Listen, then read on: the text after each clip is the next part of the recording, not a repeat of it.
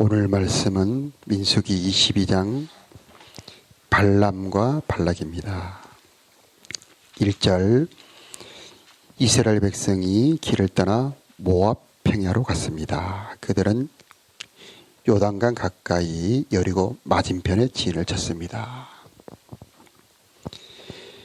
이 모압 평지는 참 중요한 장소인데 오늘 민수기 22장부터 시작해서 신명기 전체와 여호수아 3장까지의 배경이 되는 장소입니다. 시간적으로는 광야 40년이 거의 끝나고 가나안에 들어가기 직전입니다. 여기에서 많은 사건이 생기는데 오늘 22장부터 25장까지의 사건은 가나안 땅에 들어가기 직전에 이스라엘 백성들이 받은 시험입니다. 이 시험은 미혹의 시험인데 거짓 선지자의 미혹과 음행의 미혹입니다.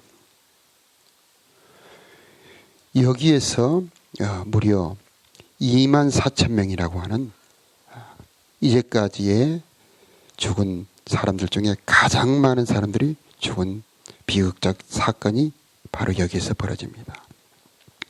오늘 우리들에게도 이런 시험이 똑같이 올 수 있기 때문에 이 말씀도 매우 중요한 말씀이 되는 것입니다. 발락이라는 사람이 나오는데 이 사람은 모압 족속의 왕입니다. 이 모압 왕은 이스라엘이 근처에 다른 작은 족속들을 정복했다는 말을 듣고 두려워합니다. 그래서 이스라엘을 어떻게 해칠까 생각하다가 발람이라고 하는 선지자를 이용하면 좋겠다는 생각을 합니다. 이 발람 선지자는 모세나 아론처럼 이스라엘 백성 중에 있는 하나님이 택한 선지자가 아니고 다른 민족의 선지자인데 영적인 힘을 가지고 있습니다. 요즘으로 말하면 이단의 선지자나 무당 같은 사람이라고 볼 수가 있습니다. 성경에서는 이 발람 선지자 사건을 22장부터 24장, 25장까지 걸쳐 상세하게 다루고 있는데 매우 중요하다는 의미입니다. 성경 여러 곳에서도 이 발람을 언급하며 조심해야 한다고 경계하고 있습니다. 베드로후서 2장 15절에도 그들은 바른 길을 떠나 미혹되어 부올의 아들 발람의 길을 따르는도다. 그는 불의의 삭슬을 사랑하다가 자기의 불법으로 말미암아 책망을 받되 말하지 못하는 나귀가 사람의 소리로 말하여 이 선지자의 미친 행동을 저지하였느니라. 이렇게 말씀합니다.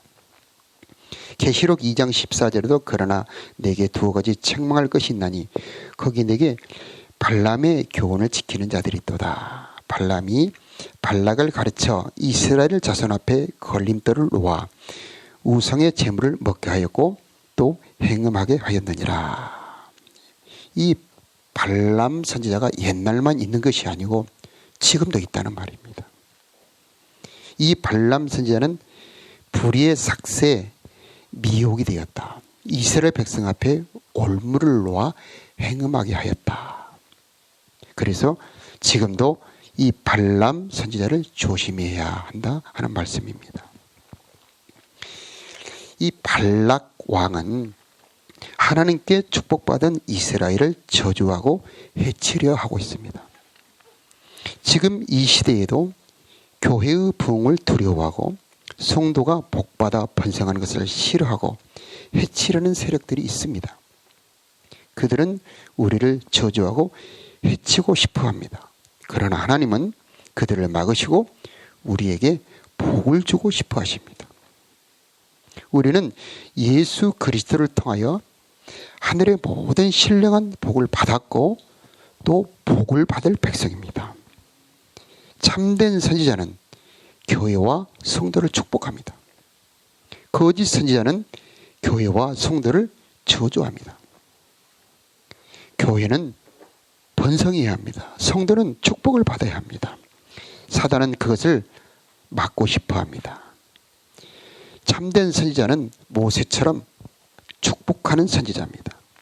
신명기 33장에 보면 모세는 그 인생의 마지막에 이스라엘을 향하여 정성을 다하여 장엄한 축복을 합니다.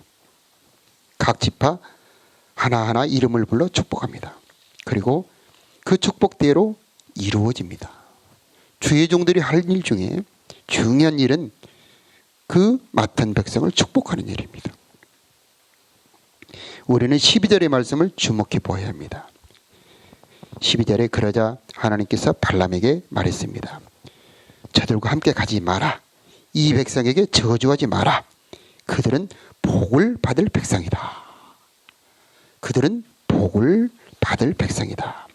중요한 말입니다. 우리는 복을 받은 백성이고 또 복을 받을 백성입니다. 발람 선지자를 모세와 비교를 하면은 모세는 하나님의 백성과 함께 고난받는 것을 애굽의 모든 부모보다 더 나은 제물로 여겼다.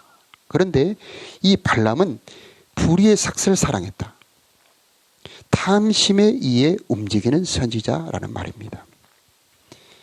그도 처음에는 분명했습니다. 처음에는 흔들리지 않았습니다.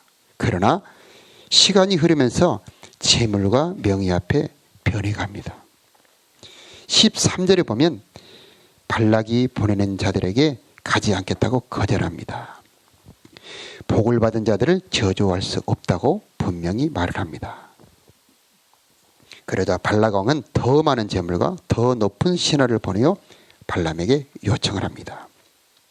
18절에 발람은 발락의 신하들에게 이렇게 대답합니다.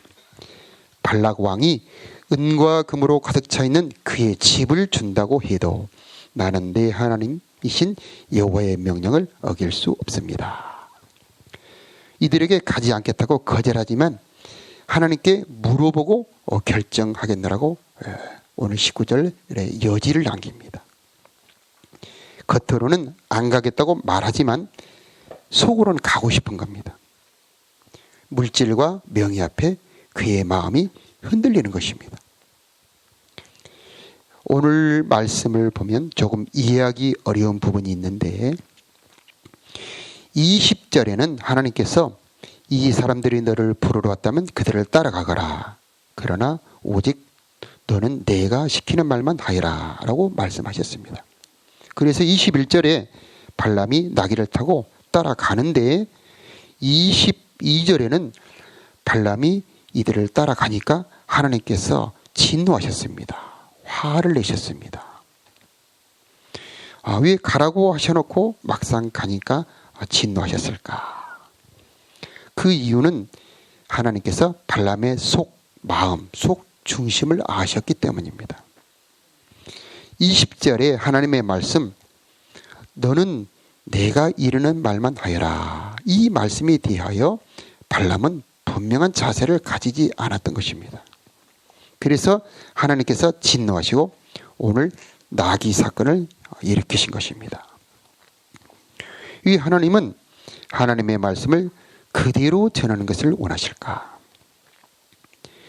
우리 몸에 유전자가 있는데 그 유전자는 아주 조금만 변질되어도 질병이 생기거나 죽습니다. 하나님의 말씀은 유전자와 같습니다. 조금만 바뀌거나 조금만 변질되어도 병이 들거나 죽기도 합니다. 그래서 하나님께서는 성경 아주 여러 군데서 너희는 내 말에 더하거나 빼지 말아라. 내 말을 변질시키지 말아라. 모세도 신명기 마지막에 간절히 말합니다. 이 말을 조금도 바꾸지 말아라. 자만에도 말씀하시고 요한계시록에는 만일에 이 말씀에서 무언가 빼면 생명책에서 내 이름을 뺄 것이고 이 말씀에 무언가 더하면 이 책에 기록된 모든 재앙을 너에게 더할 것이다. 이렇게 엄하게 경고하십니다. 하나님의 말씀을 내 마음대로 바꾸는 것은 하나님을 멸시하는 것입니다. 하나님의 말씀을 그대로 전하는 것이 하나님을 존중하는 것입니다. 발람 선지자는 가서 받을 대접만 생각하고 받을 재물만 기대하고 이 하나님의 간절한 당부는 희미하게 잊어버린 것입니다. 그래서 하나님께서 화가 나서 진노하신 것입니다. 나귀가 평소에 가던 길, 가야 할 길로 가지 않고 갑자기 엉뚱한 밭으로 들어갑니다. 그래서 때려서 다시 좋은 길로 가는데 이번에는 양쪽에 벽이 있는 곳에서 벽에 딱 붙어서 나귀가 가니 이 발람의 다리가 벽에 스쳐서 상처가 납니다. 그러니 이 발람이 화가 나서 나귀를 또 때립니다. 이번에는 나귀가 아예 주저앉아 버립니다. 그래서 발람은 화가 나서 또 때립니다. 그러자 나귀가 입을 열어 사람처럼 말을 합니다. 참 소름 돋는 장면이죠. 나귀가 말합니다. 왜 저를 때립니까? 발람이 말을 합니다. 네가 나를 놀림감으로 만들었구나. 내가 칼이 있었다면 너를 죽였을 것이다. 나귀는 말합니다. 나는 당신이 평생에 타던 나귀가 아닙니까? 내가 언제 그런 적이 있습니까? 그때에 여호와께서 발람의 눈을 열어 천사를 보게 하십니다.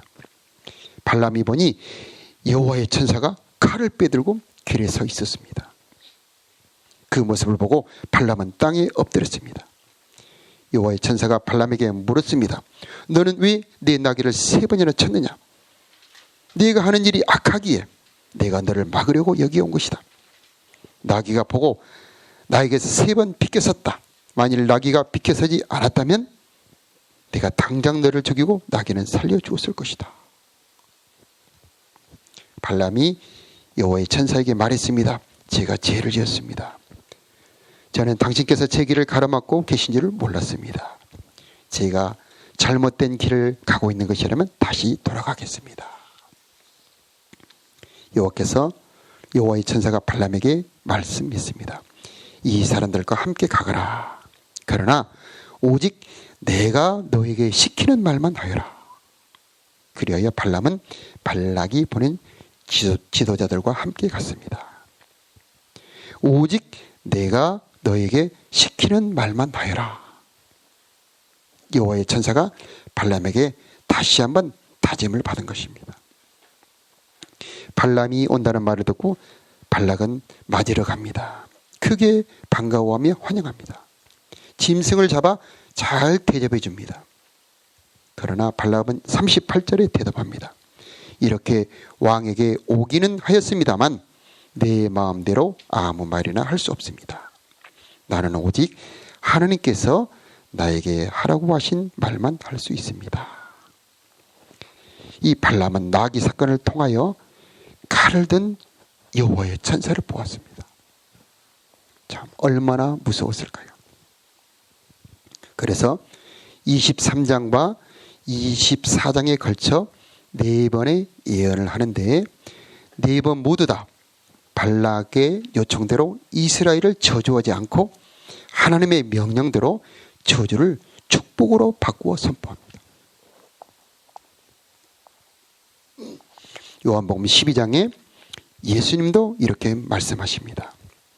내가 내 자의로 말한 것이 아니요 나를 보내신 아버지께서 내가 말할 것과 이를 것을 친히 명령하여 주셨으니 나는 그의 명령이 영생인 줄 아노라.